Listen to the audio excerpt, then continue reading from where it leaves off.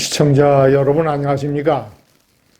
이번 선거가 얼마나 중요한 선거입니까? 이번 선거에 임하는 윤석열 대통령과 대통령실의 자세를 보면 불안감을 감출 수가 없습니다.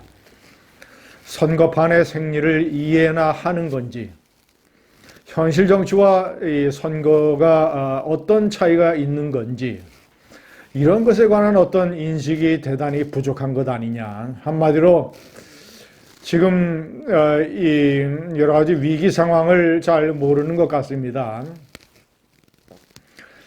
제가 거듭해서 말씀드리지만 선거판이라고 하는 것은 옳고 그른 것, 정의, 불의, 도덕, 비도덕 이것을 따지는 그런 곳이 아닙니다. 이미 선거판은 그 한국 정치의 악마성으로 인해서 누가 합리적인 선동을 잘하느냐, 파워와 이익과 야욕의 대결장이 되어버렸습니다. 절대로 경계해야 되는 것은 내가 옳은 일을 하기에 앞서서 상대방이 나에게 선동적 공격을 하는 빌미를 주지 말아야 됩니다. 상대 골문에 골을 넣는 것 이전에 자살골을 넣지 말아야 됩니다. 자, 시청자 여러분, 이종섭 전 국방장관과 황상무 수석의 문제를 짚어봅시다. 이종섭 대사 문제에 관해서 대통령실의 논리는 이렇습니다. 호주 대사로 임명하는 데에 아무런 문제가 없다. 정당한 것이었다. 그리고 출국 금지도 4개월 전인데 4개월 동안 공수처가 소환 조사도 하지 않았다. 자, 일단 부임을 했지만 공수처가 소환을 하면 언제든지 즉시 귀국을 해서 조사를 받을 것이다. 시청자 여러분, 세 가지 논리가 하나도 틀린 게 없습니다. 맞습니다. 윤석열 대통령과 대통령실의 이런 논리와 명분과 현실, 이런 다 맞습니다. 그러나 중요한 것은 그게 아닙니다. 이것이 완전히 제가 비유하자면 이 선거판 밖에서는 생닭이 일단 선거판으로 가게 되면 완전히 기름에 튀겨져서 치킨 구이가 되어버립니다. 중요한 것은 생업에 바쁜 많은 유권자들, 이런 사람들은 대통령실에서 설명하는 그런 것을 자세히 알 수 있는 상황이 되지 못합니다. 어느 쪽에 선동이 더 영향력이 있는가, 여기에 넘어갑니다. 네, 야당과 반대 세력이 왜 공수처 수사를 앞두고 중요 피의자를 외국으로 대사로 빼돌렸느냐. 호주 대사가 아니라 도주 대사다. 이종석 특검법을 발의하겠다. 이런 식으로 선동 프레임을 하는 것을 예상을 못했습니까? 당연히 예상을 해야죠. 한두 번 그런 것을 당한 것도 아닌데 그런 것을 예상하지 못할 정도면 대통령실의 정무 감각은 완전히 낙제점입니다. 대통령실과 대통령이 옳은 행동을 해도 이것을 엎어치게 해서 그렇지 않아도 이채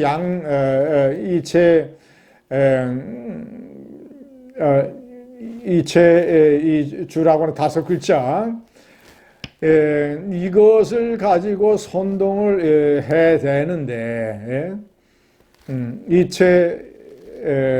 하여튼 그래서 이런 것에 빌미를 왜 주느냐 이런 생각을 하지 못했느냐 이런 비판을 맞아 마땅합니다. 시청자 여러분, 지금이라도 일단 무조건 귀국시켜서 도피가 아니라는 것을 자신 있게 보여주고 선거 끝날 때까지 대기시킨 다음에 공수처의 소환 조사를 받고 다시 부임하도록 하는 것. 이것을 왜 못합니까? 그런 식으로 해서 대통령이나 대통령실의 자존심이 크게 상할 일이 뭐가 있습니까? 떳떳하고 당당하게 뭐 도주시켰다고 도피시켰다고 절대 그런 게 아니다. 자, 봐라. 들어왔지 않느냐. 소환조사 할 테면 해라. 빨리 해라. 자, 이런 식으로 하는 것이 오히려 당당하게 이 문제를 해결을 할 수 있는 그런 첩경입니다. 황상무 수석의 사건도 마찬가지입니다. 자, 언론의 공정성을 강조하는 그런 식의 언급은 여러 가지 방법으로도 할 수 있습니다. 그런데 왜 자극적이고 그리고 왜 선동에 100% 이용당할 수 있는 회칼 테러 사건을 언급을 합니까? 1988년 그 사건이 터졌을 때 중앙경제신문 오홍근 사회부장이 병원에 입원해 있을 때 제가 중앙일보 정치부 기자로서 병문안을 갔었습니다. 오홍근 사회부장은 대단히 공포심에 질려 있었습니다. 허벅지를 깊이가 수 센티미터, 길이가 30cm나 정도도 이 회칼로 대검인가요? 당했습니다. 시청자 여러분, 농담이었다. 이 정보 보고 하지 말라. 뭐 이런 식으로 자신이 물을 엎질러 놓고 이것을 주워 담으려고 했는데 이것이 주워 담아집니까? 요새 정보 보고를 하지 않는 언론사가 어디에 있습니까? 아니, 그런 일이 숨겨질 거라고 생각을 했습니까?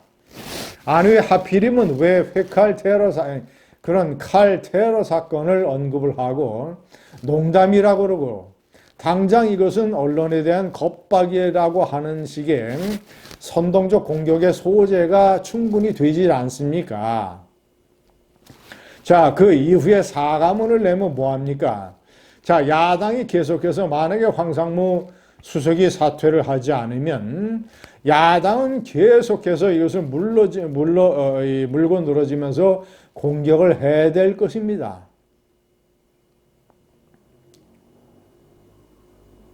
시청자 여러분, 대통령이 이 남의 반대 세력이 잘못하는 것을 철저히 수사하고 철저히 엄단하면서 자기 주변의 참모가 그런 식의 실수와 잘못을 저지른 것은 봐주고 있다라는 공세를 이어서 할 것 아니겠습니까? 제2탄, 제3탄 공세가 나올 것 아니겠습니까? 당장 국회 상임위를 소집하겠다. 대통령실의 비서실장과 관련 황상무 수석을 국회에 부르겠다. 이런 식의 공세를 해야 될 거 아니겠습니까? 시청자 여러분, 윤석열 대통령과 용산의 대통령실은 제가 거듭해서 얘기하는 선거판의 악마성에 대해서 제대로 인식을 못하고 있는 것 같습니다. 아무리 옳은 얘기를 해도 아무리 정의와 도덕과 옳은 것을 강조하고 밀어붙이고 설명하고 국민을 설득하려고 해도 조그마한 실수로 선동의 빌미를 제공을 하면 그 줄기가 흔들려 버립니다. 아무리 줄기를 꼭 잡으려고 해도 안 됩니다. 나뭇잎이 우수수 다 떨어집니다. 국민의힘의 수도권 후보들이 괜히 저러는 게 아닙니다.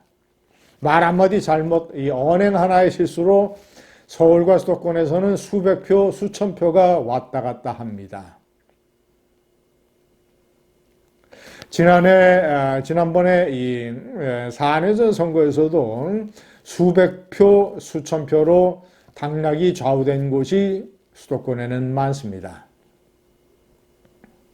용산 대통령실 선거판의 악마성에 대해서 정신을 차리십시오.